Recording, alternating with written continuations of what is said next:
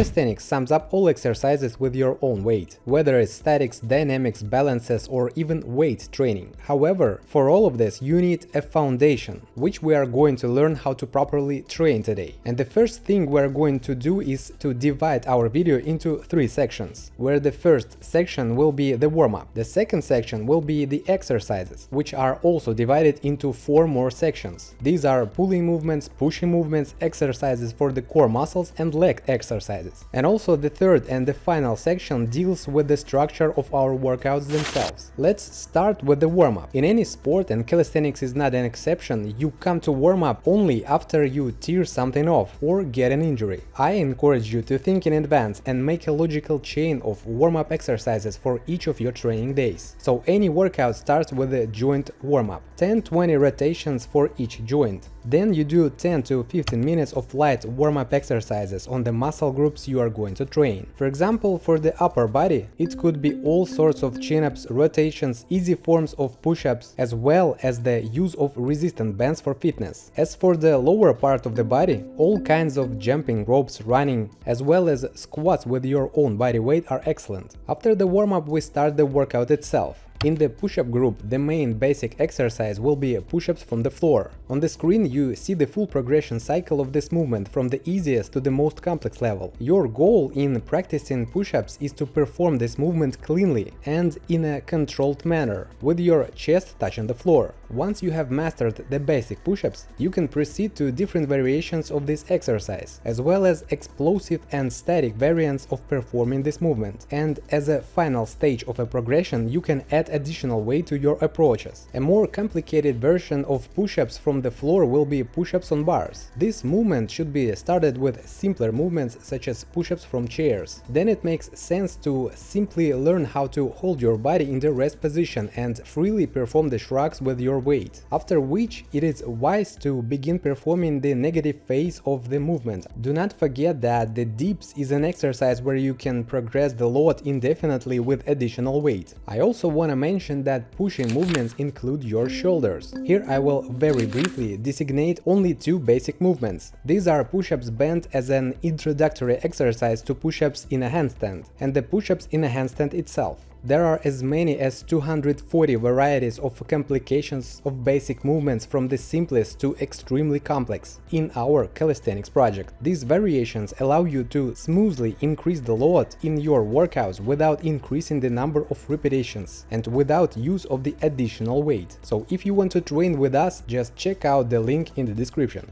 Now let's analyze the pulling movements, and the structure here is about the same as in the push-ups. You should start with the simplest variation of the pull-ups movements, namely the Australian pull-up. This movement will allow you to get a head start and strengthen your muscles so that you can begin the pull-ups themselves. However, it is unlikely that you will be able to do this exercise the first time, and in order to do it quickly, we recommend doing the negative phase of this movement, as well as pull-ups in a jump or standing on the ground. All of the above exercises will be enough to perform your first pull-up. The goal is to get your chin behind the bar, with both the upper grip and the lower grip. Now, by analogy with the push-ups, you can begin to complicate this movement. These are the so-called archer pull-ups and power muscle-ups, both in an explosive manner and in slow performance. And one of the most difficult variations will be pull-ups on one arm. Let's not forget that progression of loads can and should be done by smoothly increasing the weight. Let's move on to the exercises for the cortex muscles. Here it is really simple because the abs are actively involved in all of the movements I have listed above. So to pump them, it is enough to choose one target movement with the possibility of progression of load, such as raising flat feet to the chin and bar. On the screen you can see how you can perform this movement from the easy version to the difficult one. Also, do not forget that in this exercise you can also use statics, as well as such variations as around the world and pendulum.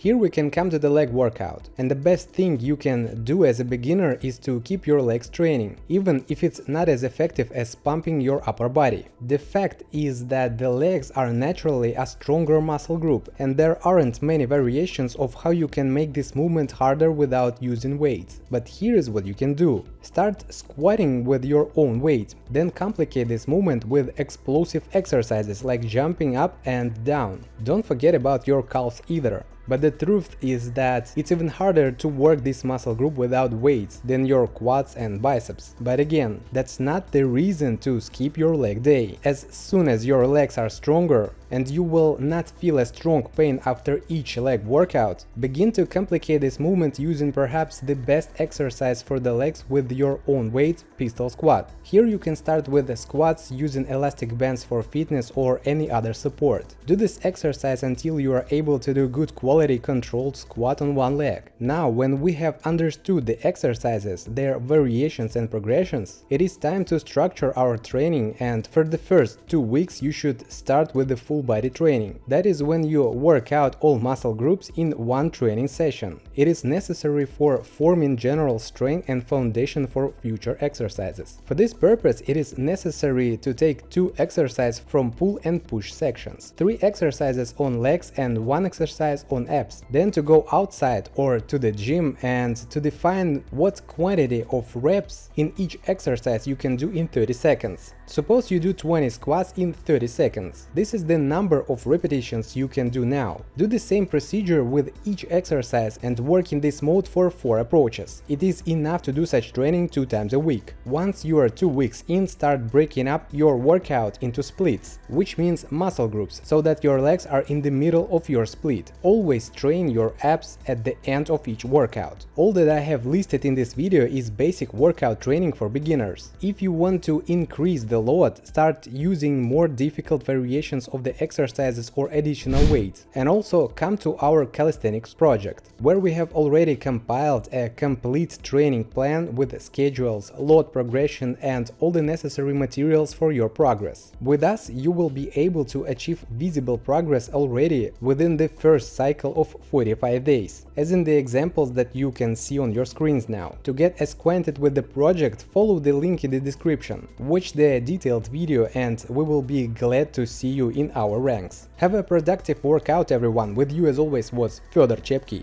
Bye.